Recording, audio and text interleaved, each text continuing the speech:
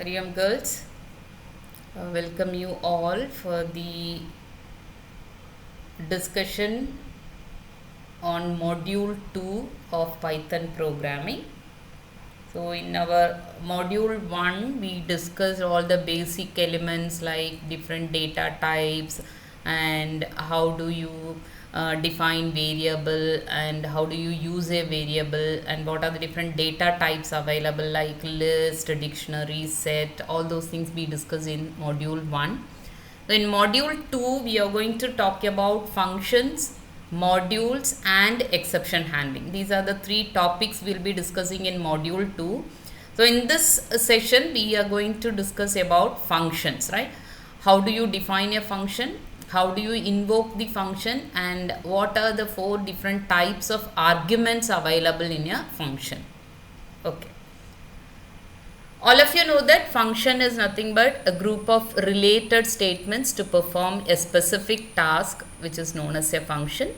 Or you can say a function is a block of code which runs only when it is called.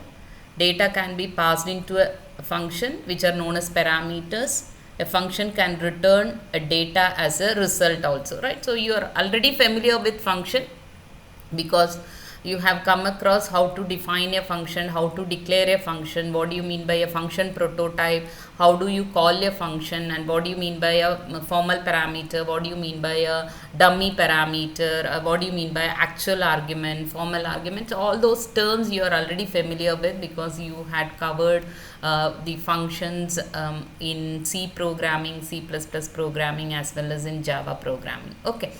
So here we are going to just very briefly touch upon what do you mean by a function, how do you define it in Python, and how we are going to use it in Python. Okay. And we know that function helps in modularizing the program into smaller units, right? So whenever you have a large application, we go for modularizing the application. The same way, when one program has many different tasks to be done, what we do, we will start decomposing the program into smaller units, and each smaller unit will be defined as a function, right? So this is one main objective of having functions in your program, modularizing. And the second objective is reusability. It is reusability. Please make a note of it. Code reusability, RE, right? Please correct it. The code reusability, another important objective of having functions in your program. So you define a function in one part of the program and you can reuse that code again and again in all the other parts of the program. So that is the advantage of having a function. So the two objective of having functions in your program, I can say, one is modularizing. Of course, decompose your program into smaller units so that it will make easy for you to understand the program and design the program. And that second very important objective is reusability. You start reusing the code which is already existing. You need not write again and again the same set of statements. Instead, you just reuse the code which is already available in your program. Okay. Now, when I say function, obviously there are two different types of functions, built-in functions and user-defined functions. You are all familiar with built-in functions, like we had already used input, print. These are some of the built-in functions already available in your Python programs, which are already available as standard libraries in Python programs. These are whenever you have the Python interpreter, automatically these functions will be linked with your library modules and it will be used, right? Whereas if the function, right, so if you want to define your own function for your application, if you want to define your own function for your program, then we call it as user defined function, which are generally defined and declared by the programmer. So we are going to talk about the user defined functions because built-in functions we had already seen in our basic elements or in the first module. What are the some of the built-in functions we had already discussed. So here we are going to talk about the user defined functions. Okay. Now, when I say function definition is the first part of user defined function. you need to define the function. The user or the programmer has to define the function first. So for defining, the function block will generally begins with the keyword called def, which is something it is similar to defining. A defined keyword, it will be followed by the name of the function, and it will be followed by the parenthesis, right? In our previous examples, when we talked about the basic elements, I had showed you some function definition also. I hope you can recollect it. Otherwise, you just follow this. This is how we will be declaring a function. We use the keyword def, and you give the function name, and then you can have the parenthesis, then the list of parameters. So this is what you call as function header, right? This is what you call as function header. And the code block generally starts with colon and will be intended. So we in the function header itself will give the colon. So that means whatever is following colon becomes the body of the function, right? The code, function code will be beginning after the colon, and it will be generally indented. You know that because blocks always starts by indentation in Python program. We don't use curly braces here. And obviously we will give return statement at the end of the function to return from the function. And the return statement can also have expression which is optional. So if you want to return a value, you will give an expression there. Otherwise, you just use the keyword return. That is enough. Okay.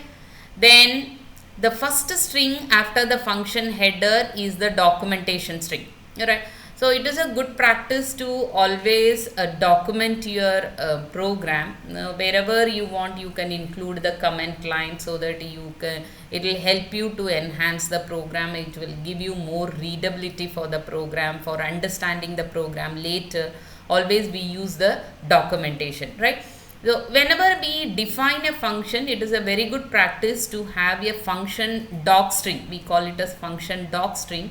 So after the definition, immediately you can have the function docstring that just describes what exactly the function is going to do. This is how we define a function. I'll show you an example. You just give the keyword def, and this is the function name, and parenthesis, then colon. Colon is must here, so that it indicates that you are going to start with the block. Then you give an indentation here to begin the block, and you can give the statements here, right? And this is what you call as function header, and this is the body of the function. As I told, you can have the docstring always here as a comment line, so that it describes what exactly the function is going to do. It's a good practice to have the function header string, or you call it as function docstring. Again here I use the keyword def, and this is the function name and the parameters here without any parameter, but here I have two parameters, and I am going to find the sum of these two numbers, and I am returning sum, right? So return can be without any expression. So this is what you call as the expression. So this is how we will define a function. So once you have defined the function, the next question is how do you call the function? How do you invoke the function? So after defining a function, we can call the function from another function, or you can call it directly from the Python prompt also. If you are using your command line interface, we had discussed what are the different methods of running the Python code, right? We had seen how the Spider IDE can be used for executing the Python program. Then we had discussed how a Python py file can be created, and how do you invoke Python 3 compiler directly in the command line interface like a terminal. Then we had also discussed like how do you enter into Python, and we will have a 3 angular bracket as the prompt for the Python interpreter. Then there we can directly give the statements, right? Not writing the program, directly you give the statements that will be executed then and there. So these are the things we discussed in the first session of our Python programming.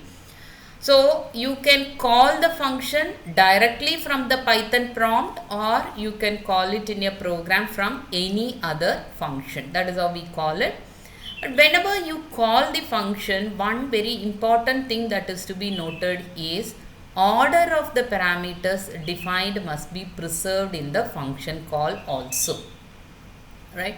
So in whichever order you are going to give the function, maybe the first parameter may be a string, the second parameter may be an integer, right? If this is the case, the order of the parameters must be preserved when you are going to call the function. So suppose, say for example, here if I give the first parameter as a string and the second parameter is an integer, then when I am going to call this function, when I call this function, the parameter type and numbers must also be preserved. The order, the type and the number of arguments must be preserved in the function call also. And if you want to call a function, what we do, we use the function name followed by the parenthesis. Obviously this is very much familiar to you. This is how we will be calling the function.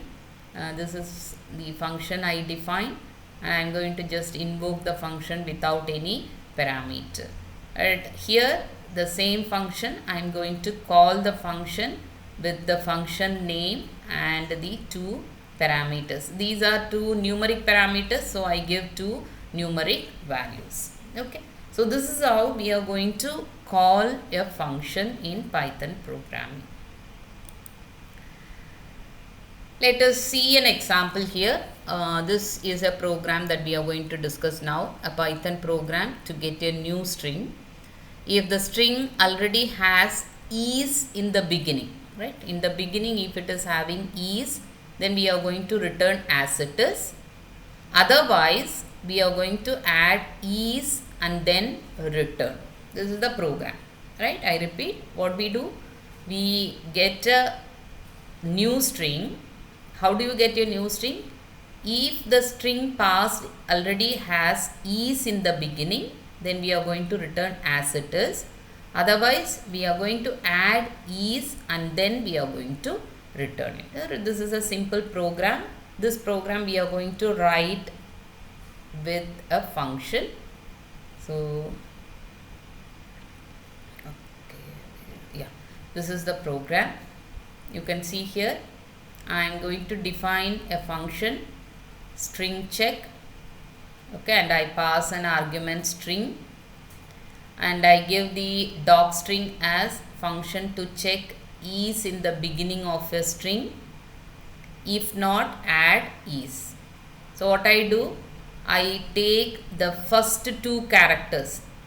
You can observe here, I am not giving the starting index, I give only the ending index. So that means it will take 0 and 1. Always the last index will not be considered. This minus 1 will be considered. I hope all of you can recollect the points we discussed earlier in the first module. So I take the two characters 0 and 1 and I check whether the characters 0 and 1 are equal to I and S. If so, I am returning the string. Otherwise, what you do, if the starting two characters are not I and S, is, I am going to return I and S in the beginning, then I add the string here, concatenate the string here. Okay, I repeat, I check whether the first two characters of the string is. If so, I am returning it as it is. Otherwise, what I do, I add is in the beginning and then I am going to return that string. Okay. So how do you invoke this program? How do you invoke this function in the main program? Either you can read the string from the user or you can assign a value to the variable. So here I am going to call the variable as string1 and I assign ABLLA and I am going to invoke this function. I invoke this function by passing ABLLA. So what happens? It will go here and it will take the first two characters. First two characters are AB, correct? So since it is not equal to IS, what it will do? It will add IS and then the string will be added. Whereas in the second case, the first two characters are IS. So when it is checking, it will be returning as it is. So you can observe the output here.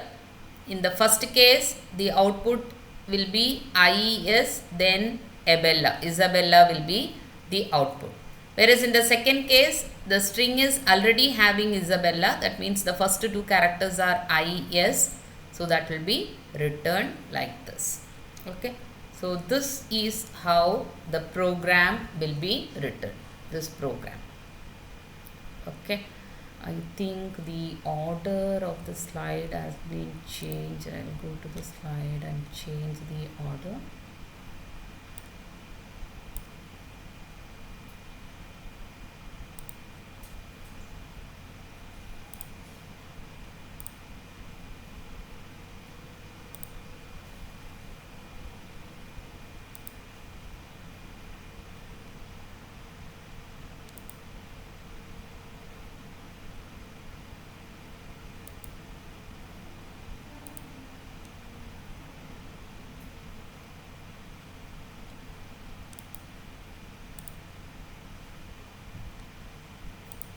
Okay, so this is the program. Yeah. I have opened this. Okay, let me save it again. Yes.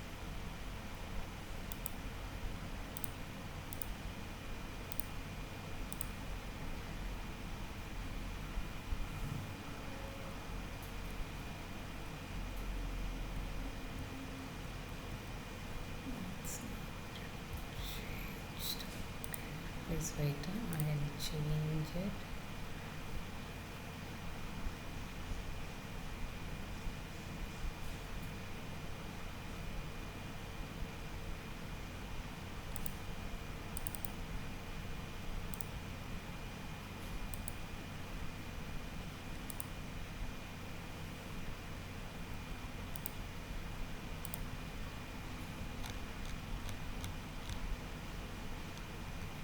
So we are talking about this, fine. Okay, so this is what we are talking about, the program. Okay, just to check whether the first two characters are IS. If so, it will be returned as it is. Otherwise, it will be returning with IS added in front of the string. Okay. Now, one more point to be noted here in the function is the parameters and variables defined inside the function will have only the local scope. So, obviously, let us assume this program. Here I am defining a function. I pass two arguments x and y. I find the sum of x and y. And I try changing the value of x. X value is changed to 300, y value is changed to 250, and I return from the function by returning the sum of x and y. And when I invoke this function, you can observe a1 value is assigned with 10, b1 is assigned with 20, and I just print the value of a1 and b1. So a1 is 10 and b1 is 10. Sorry, not 10, 20. And I am going to invoke this function add by passing the value of a1 and b1. So a1 will be substituted for x and b1 will be substituted for y. Okay. So what it will do, it will find out the sum of a1 and b1, which will be 10 plus 20, which is equal to 30. 30 will be returned. But at the same time, I change the value of x and y.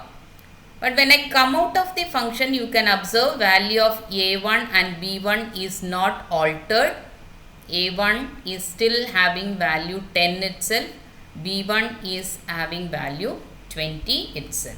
So all the parameters and local variables, if you have, which are defined inside the function, will have only a local scope. If you want to have it in the global scope, or if you want to have the changes to be reflected in the main program also, what we do generally, we will pass it as a reference. Only then the changes will be reflected. So all these things you are already familiar with. I am just browsing through. So this is what you call as call by value, right?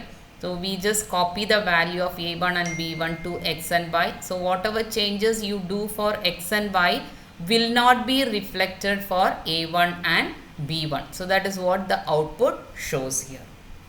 Okay. So this is how we define a function and we call a function. Now the next very important point to be discussed is function arguments. All of you know that data can be passed into functions as arguments, right? So this is what you call as an argument, or in the example this is what you call as an argument. The arguments are specified after the function name inside the parenthesis, which will be generally separated by comma.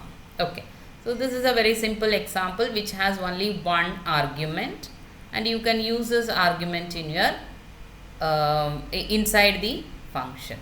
Okay, so this is one simple example. I pass the argument value here. When I call the function, I pass a value to this argument and it will be used inside the function. So all of you know this. Now whenever you are going to call the function, you can call the function with any of the 4 different arguments. These are the 4 different types of arguments or parameters that you can pass to a Python program. The required argument, keyword arguments, default arguments and variable length arguments. Okay, let me stop here.